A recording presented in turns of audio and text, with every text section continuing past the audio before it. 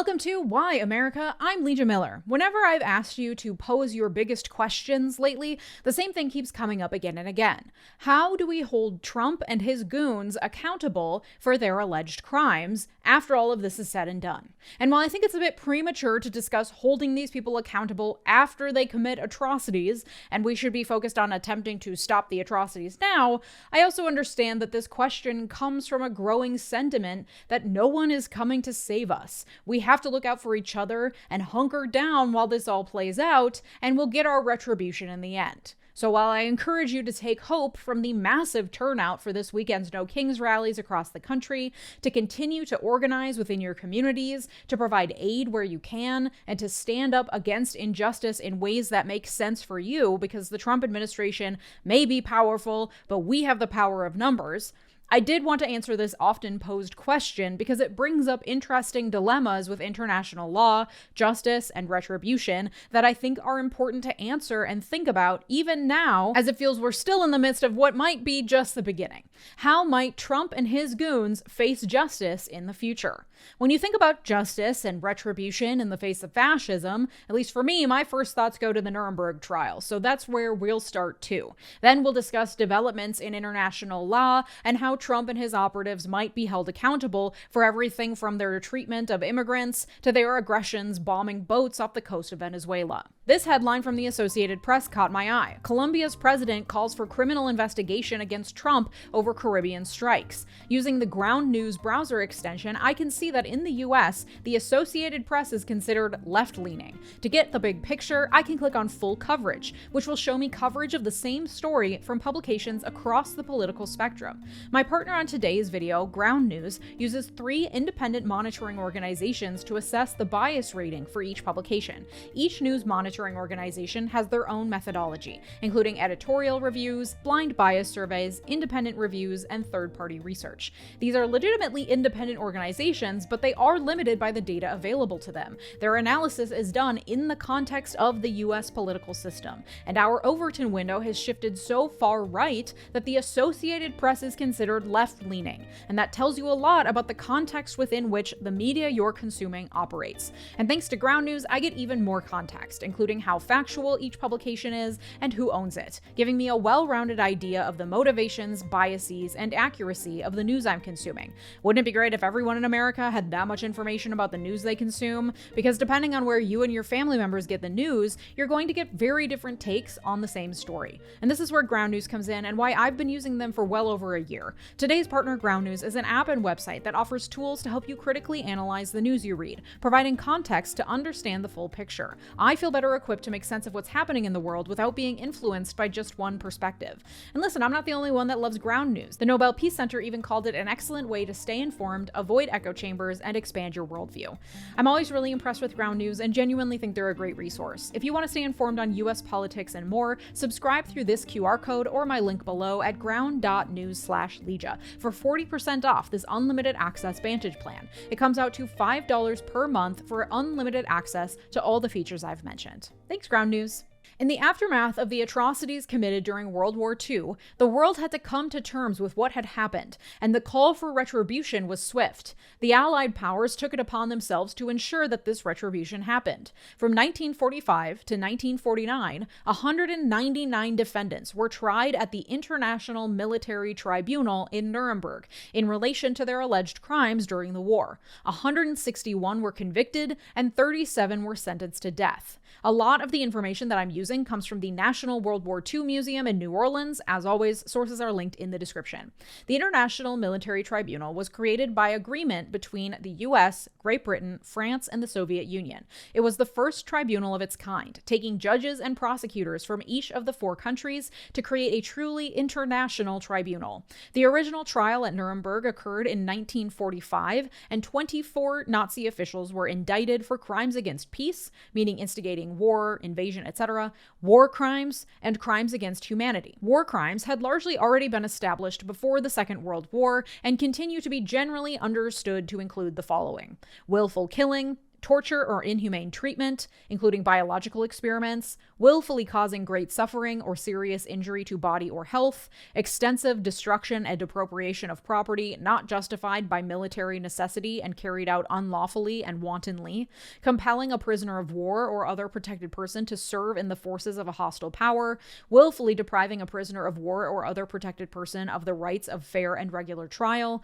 unlawful deportation or transfer or unlawful confinement, and taking of hostages. For a crime to be a war crime, it must happen during times of armed conflict. Crimes against humanity, however, was a novel concept and was defined as, quote, murder, extermination, enslavement, deportation, and other inhumane acts committed against any civilian population before or during the war, or persecutions on political, racial, or religious grounds in execution of or in connection with any crime within the jurisdiction of the tribunal, whether or not in violation of the domestic law of the country where perpetrated. The first Nuremberg trial lasted a full year, during which time the prosecutors presented mountains of evidence of the atrocities committed under the Nazi regime.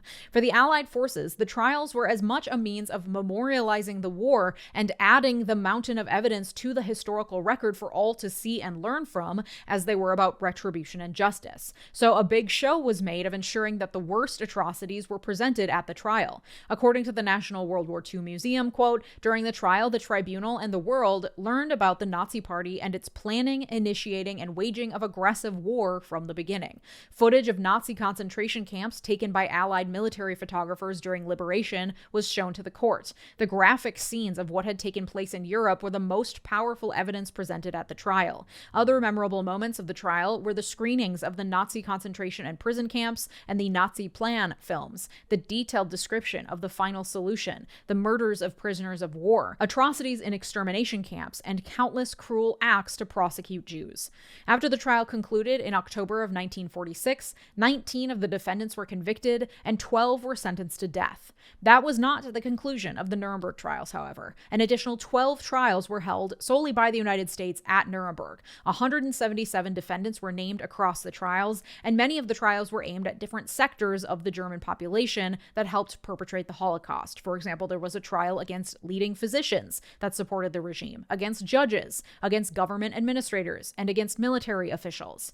Of the 177 defendants, 24 were sentenced to death, 20 to life in prison, and 98 to shorter prison sentences. 25 were acquitted. In the years since then, numerous other trials have happened, especially domestically in Germany, against accused Nazis with varying success. But the numbers should make obvious one thing. Not many people stood trial for the Holocaust. There were millions of people who were members of the Nazi Party, of the Hitler Youth, and of other Third Reich serving institutions. Millions. Thousands of the highest ranking among them fled Europe and lived largely quiet, unbothered lives in Argentina, Chile, and Brazil, among other far-flung countries. And even the justice meted out by the Nuremberg trials didn't stick for long. Soon, underlying tensions with the Soviet Union and the growing Cold War directed attention elsewhere and led to questioning of the outcomes of the trials. To many in Germany, especially the subsequent US-led trials, were seen not as aiming for justice, but instead aiming for revenge. Many questioned whether the defendants were given fair trials, and whether the continued confinement was unjust, given the fact that the International Military Tribunal disbanded, and they therefore had nowhere to file challenges to their confinement or appeal their convictions. According to the National World War II Museum, quote, officials eventually concluded that German war criminals were criminals first and war criminals second, entitled to all the remedies of U.S. laws to better their conditions and reduce their sentences. In order to ensure these prisoners were offered clemency and a fair shot at appealing their convictions, the American High Commissioner for Occupied Germany, John J. McCloy, working with an advisory board on clemency for war criminals, conducted a review of the Nuremberg cases in 1950, just a few years later. According to the National World War II Museum, quote, the advisory board's review was rushed. Its members had neither the time nor the inclination to re-examine evidence from the trials, or carefully weigh it against the misleading information presented by the prisoners in their clemency petitions. Instead, in a few hectic weeks from mid-July to mid-September 1950, the board skimmed judgments, perused petitions, took a 30-minute meeting with defense counsel, ruled, and moved on to the next case. It had no investigative staff to interrogate the new, more often repackaged assertions already dismissed by the tribunals, exculpatory evidence presented by the prisoners, heard from neither witnesses nor prosecutors, and demanded no expressions of remorse or regret from the prisoners. As a consequence of this review of the Nuremberg convictions, by 1951, of the 142 people convicted of war crimes at Nuremberg, 89 people remained incarcerated, and 78 of them received clemency, including commuting 10 death sentences, and were released from prison. According to the National World War II Museum, again, that move to approve clemency to those convicted of war crimes was a calculation of the Cold War. It was meant to show that American justice was reasonable and protected the rights of the accused, which was in direct opposition to the Soviet justice system, which was seen as violent and arbitrary. It was a move to spread benevolent American justice and democracy across the globe. German society's apathy about their role in World War II soon followed. Quote, in East Germany, a Soviet puppet state, the government released thousands of Nazis and enlisted their help in forming a police state. The Soviet Union also began promoting the belief that Western capitalists were basically responsible for the rise of the Nazi Party. Meanwhile, in West Germany, the Western Allies ended all their efforts at denazification in favor of enlisting the help of former Nazis in the fight against communism. Discussion of the Holocaust virtually disappeared from the public sphere in West Germany in the 1950s. School textbooks barely mentioned German war crimes, and former Nazis rejoined civil society, many resuming positions similar to those they held under Hitler's regime. By the 1950s, nearly 90% of judges in West Germany had formerly belonged to the Nazi Party. Just as alarming, in 1950, a survey of West Germans indicated that a third of Germans believed the IMT, International Military Tribunal, had been unfair. The same proportion of respondents stated that the Holocaust had been justified. It wasn't until the 1960s and later, when new generations of Germans learned about the war, that interest grew around commemorating and condemning the war and German society's role in it. A similar tribunal to punish international crimes wasn't reconvened until the early 1990s, when the UN Security Council established the International Criminal Tribunal for the former Yugoslavia to prosecute crimes related to the widespread atrocities committed during the Yugoslav wars, and the International Criminal Tribunal for Rwanda in the wake of the Rwandan genocide. These tribunals led to the creation of a more permanent means by which the international community could seek to punish major international crimes, the International Criminal Court, created by the United Nations in 2002 through the passage of the Rome Statute. Only 7 countries voted against the treaty: China, Iraq, Israel, Libya, Qatar, Yemen, and the United States. What a group. There are 125 state parties to the ICC, meaning they signed on to be part of it, to participate in it, to be held liable to it, and the 7 countries that voted against it are not member states to it, which includes the US and Israel, who are therefore not bound by the jurisdiction of the court. Though, of course, if they act in violation of the Rome Statute against other countries who are members of the court, there is an argument that the ICC can step in on behalf of its member countries. Venezuela is a member country. But before we go down that rabbit hole, let's take a peek at the crimes outlined in the Rome Statute, the ones the ICC is tasked with enforcing against individuals and groups who would commit said crimes. Those include the war crimes I've already listed, plus the crime of genocide, crimes against humanity, and the crime of aggression. Those are the only crimes within the court's jurisdiction. And I think it's important to understand what those crimes are, and so we need to look at the text of the Rome Statute. Bear with me.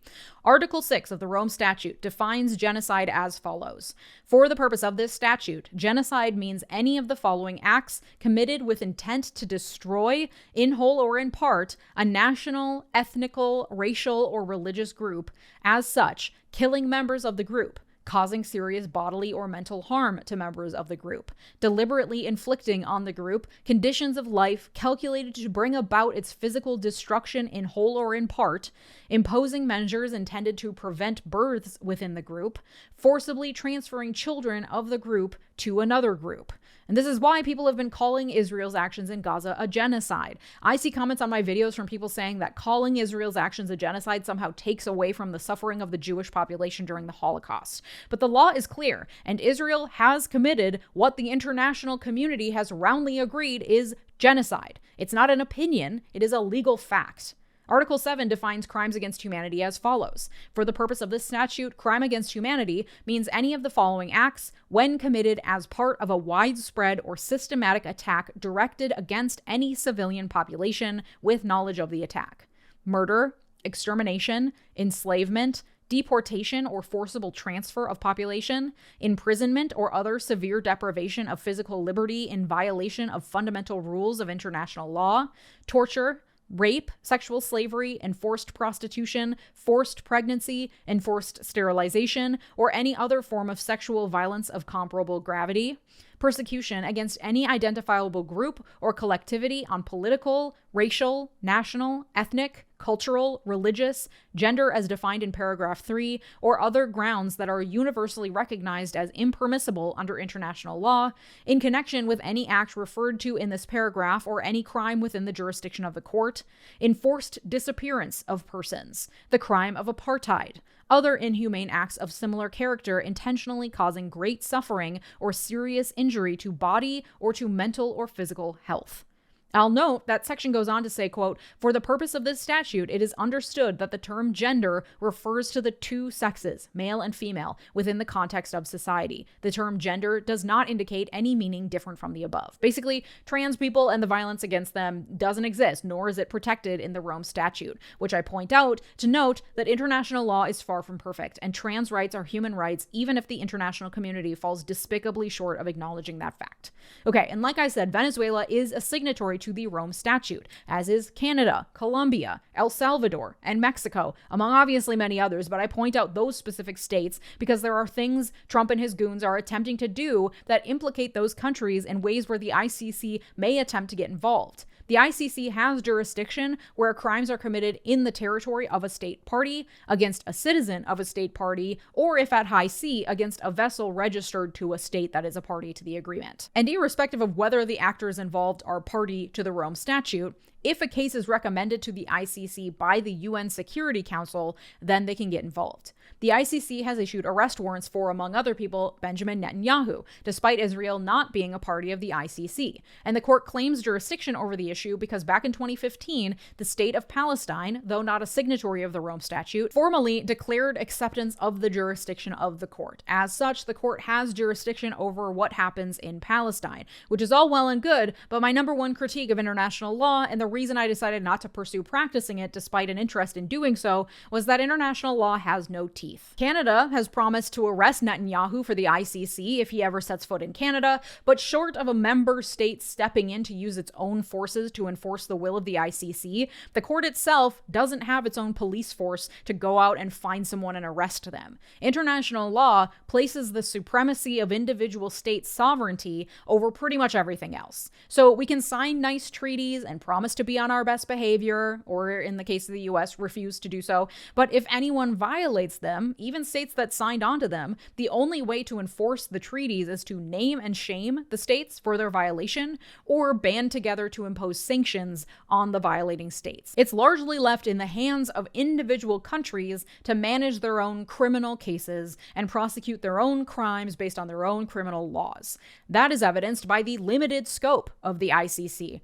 In nearly 25 years of existence, the ICC has seen just 33 total cases. It's issued 61 total arrest warrants, and it's issued a total of 14 convictions in 25 years.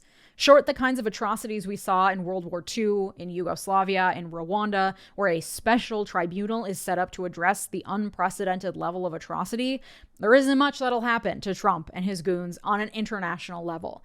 It could be that the ICC may take action related to Trump's bombing of Venezuelan boats, which would pretty clearly be a crime against humanity because you cannot just blow up civilians. That's an extrajudicial killing. And even if he tries to claim that we're at war with the drug cartels and these people were members of the cartels, there's an argument to be made that this is a war crime because no evidence has been presented yet that the people on those boats were members of any gang or smuggling any drugs at all. Crimes against humanity include murder, enslavement, deportation, imprisonment, persecution against an identifiable group, and disappearing people. Ample evidence is mounting that the Trump regime, through Stephen Miller, Tom Homan, Kristi Noem, and more, and ICE, is committing crimes against humanity in their treatment of immigrants in the United States. There are no international protections, really, for those of us who are U.S. citizens, because the U.S. is not a signatory to the ICC and we are on U.S. soil. But for nationals of countries like Mexico, Venezuela, and Colombia, member states of the ICC, a case could be made that would implicate Trump and all the officials I've mentioned in the ICC. And then the ICC will issue arrest warrants and then nothing will happen. So it is likely that any justice against Trump and his goons would have to be meted out by our own internal justice system here in the United States. Remember how 90% of judges in Germany after the war were former Nazis? Yeah, it's very likely that any sort of reckoning with what's unfolding in this country will take many years and will be met with extensive denial and will involve very little punishment for the perpetrators. As they attempted to hold Nazi sympathizers accountable within Germany, the Allied forces realized, according to the National World War II Museum, quote, "It soon became apparent that there would not be enough qualified doctors, lawyers, judges, teachers, and civil servants if former Nazi Party members were excluded from those professions. The ICE officers, the low-level MAGA diehards, the rank-and-file voters will likely go on to live quiet, normal lives, no matter what kinds of atrocities unfold under MAGA leadership in the coming years. But I hold out hope that our own justice system may hold some of the worst people accountable, maybe. Probably not Trump. He's on death's doorstep and will likely meet Hades long before he sees the inside of a courtroom again. But Stephen Miller is only 40. JD is 41. There's still time. And there are laws on the books that are clearly being violated as the administration orchestrates its anti-immigrant cleansing of this country. Widespread denial of due process has been heavily documented. Excessive use of force as well. First Amendment freedoms are being violated. Fourth Amendment freedoms from unreasonable searches and seizures. The list goes on. Qualified immunity, which protects government officials from liability, may apply to cases against, for example, Stephen Miller, just use a random hypothetical. However, that immunity only goes so far. If an official violated a clearly established law or constitutional right, then that immunity goes away and they can be held liable or found guilty for their crimes. Again, Trump would get off scot-free, likely by succumbing to the sweet embrace of death, or because the Supreme Court granted him absolute immunity for pretty much anything. But other government officials do not have that luxury, not yet anyway, which actually works against them, because we all know Trump is just a figurehead, but people like Stephen Miller are the ones actually running the government. Proving that in court, however, is a whole other beast. Again, any legal retribution would be slow and take years to play out. If history teaches us anything, it's that justice is never swift and it's almost never very fulfilling. That was a hard lesson I learned during law school, watching trials, watching sentencing, meeting formerly or currently incarcerated individuals.